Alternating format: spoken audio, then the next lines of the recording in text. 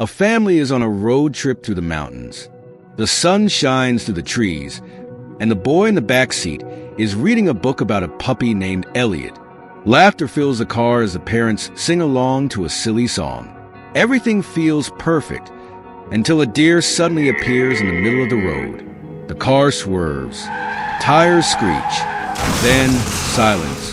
The little boy, Pete, opens his eyes. He's alone. The car is crushed, and the forest around him feels like it's swallowing him whole. He calls out for his parents, but no one answers. The only sound is the rustling of leaves and his small, shaky breaths.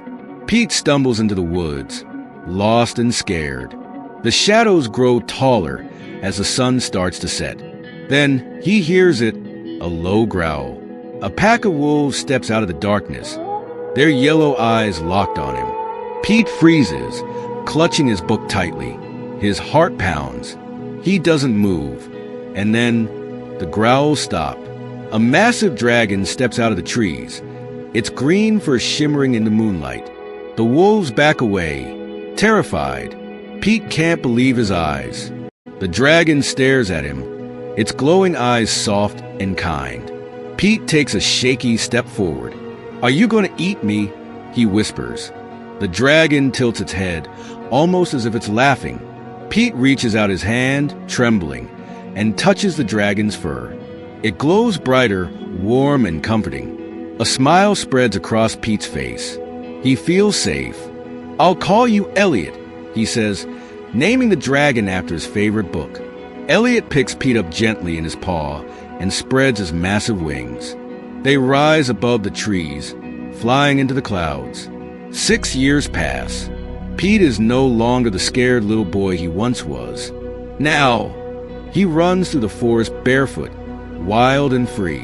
He climbs trees, catches rabbits, and explores every inch of the woods.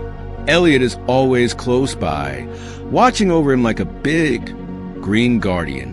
One day, while Pete is out exploring, he sees something strange. A woman walking through the woods. She's carrying a notebook and looking at the trees like she's searching for something. Pete watches her from a distance, curious but cautious. When she isn't looking, he sneaks up and grabs a shiny compass from her bag. But as he tries to run away, she hears him.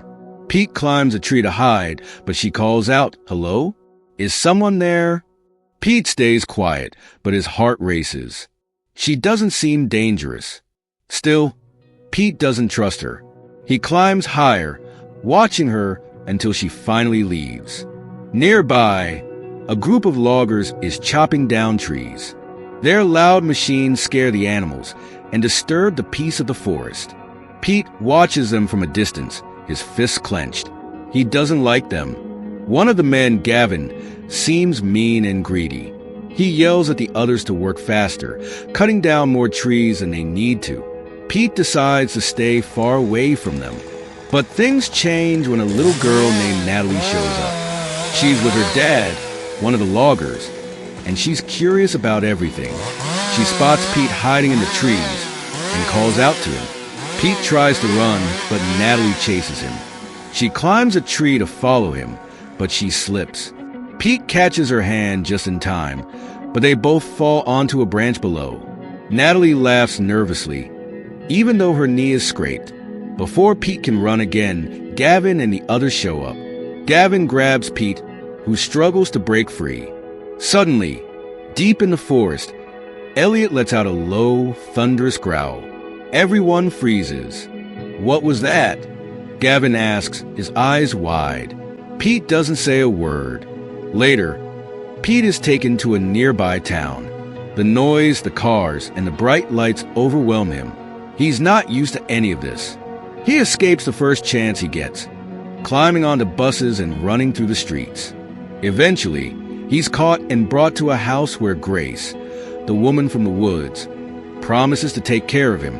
Pete doesn't trust her at first, but when she offers him a warm meal, he hesitates. It's been so long since he's had real food. That night, Pete tells Grace and Natalie about Elliot. At first, they don't believe him, but Grace remembers the stories her father used to tell about a dragon in the woods. She starts to wonder if Pete might be telling the truth. Meanwhile, Elliot is searching for Pete. He flies over the town, invisible but watching. When he sees Pete is safe, he returns to their cave in the forest. The next day, Pete leads Grace, Natalie, and Grace's father into the woods. He calls out for Elliot, and the dragon appears, stepping out of the trees. Grace and the others are amazed. They've never seen anything like him, but their joy is short-lived. Gavin and his men show up, armed with tranquilizers. They've been tracking Elliot and plan to capture him. Despite Pete's protests, they shoot Elliot and take him away. Pete and Natalie sneak into the warehouse where Elliot is being held. They climb through a skylight and free him. Elliot uses his invisibility to escape, but Gavin and the townsfolk chase after them. The chase leads to an old, rickety bridge. Pete and Elliot try to escape, but the bridge starts to collapse. Cars and trucks slide toward the edge.